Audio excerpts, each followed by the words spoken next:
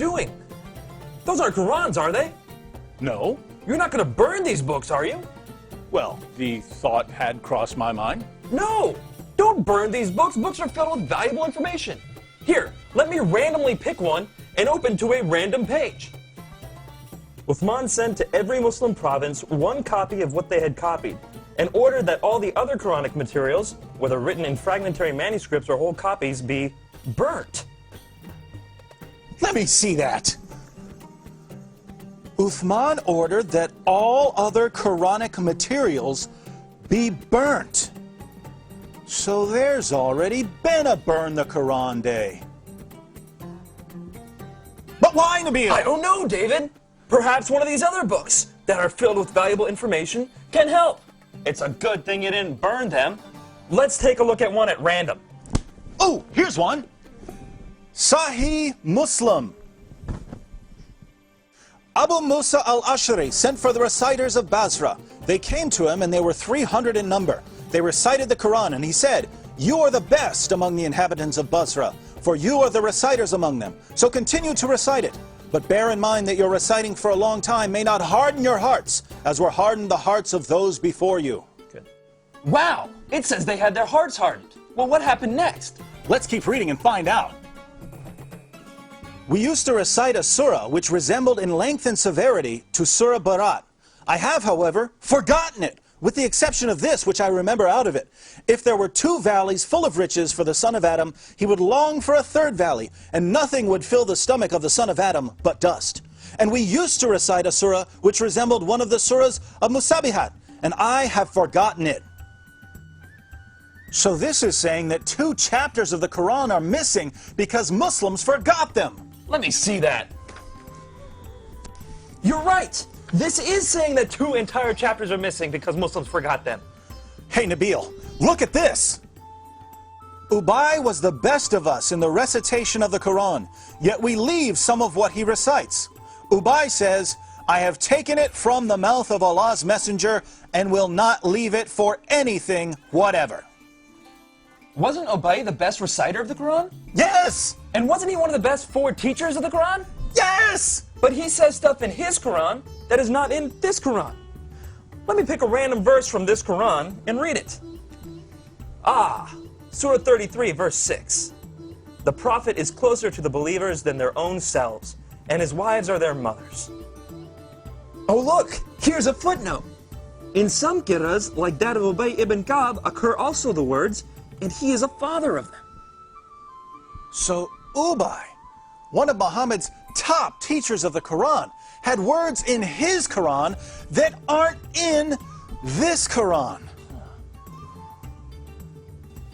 But was he the top teacher of the Quran? Surely Zayd ibn Thabit, who put together the Quran we have today, was Muhammad's top Quran expert. Well, actually, Ibn Masud was the first name that Muhammad mentioned when it came to learning the Quran. You know, surely one of these books would have something about him. Oh, look, here it is. I heard the Prophet saying, "Learn the Quran from 4. Abdullah ibn Masud, Salim, Mu'ad, and Ubay bin Ka'b." I wonder what Muhammad's top teacher of the Quran has to say about it. Let me pick up another one of these books at random. Here's one. The people have been guilty of deceit in the reading of the Quran. I like it better to read according to the recitation of him whom I love, more than that of Zayd ibn Thabit. Wow, according to that book you're holding, Muhammad's top teacher of the Quran is saying reading today's Quran is like being guilty of deceit. I wonder if any of these other books have something to say about it. Here, let me look at this one. Oh, there it is. O you Muslim people, avoid copying the Mus'haf and recitation of Zayd bin Thabit. By Allah, when I accepted Islam, he was but in the loins of a disbelieving man. And it was regarding this that Abdullah bin Masud said, O people of Al-Iraq, keep the Masahif that are with you and conceal them. So Muhammad's top teacher of the Quran says that today's version is deceptive and that we should avoid copying and reading it. But now I'm confused, Nabil. Muslims have always told me that the Quran has been perfectly preserved right down to the letter and that the evidence proves this. That's what I was always taught. I'm sure one of these books will tell us that the Quran was perfectly preserved. How about that one? Let's see.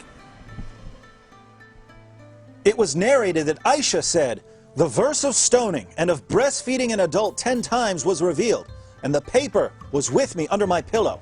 When the messenger of Allah died, we were preoccupied with his death, and a tame sheep came in and ate it?" The verse of stoning and the verse of breastfeeding?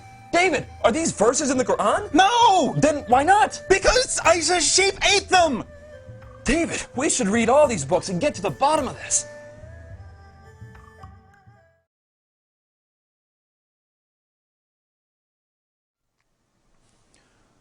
So let me see if I've got this right. Muhammad died, and no one had compiled the Quran. The people who had memorized large sections of the Quran were sent into battle by Abu Bakr, and they were slaughtered. Muslims lost a ton of the Quran that day. Abu Bakr didn't want to lose any more, and so he had Zayd ibn Thabit put together what was left and compiled it into a manuscript. And soon thereafter, people started compiling their own manuscripts, and large disputes began to happen over what should be included in the Quran. Ibn Masud had only 111 chapters in his Quran, while Ubay ibn Ka'b had 116 chapters. And Zayd, who compiled today's Quran, only had 114 chapters. According to Muslim sources, entire chapters of the Quran were lost. Large sections of chapters have been lost. Individual verses have been lost. And in the end, Uthman put together what he could, put out his own official version of the Quran, and burned all of the evidence. Wow. Sure, I'm glad that no one burned this evidence. Nabil, let's agree that we're never going to burn any book, no matter how much we disagree with it. Yes.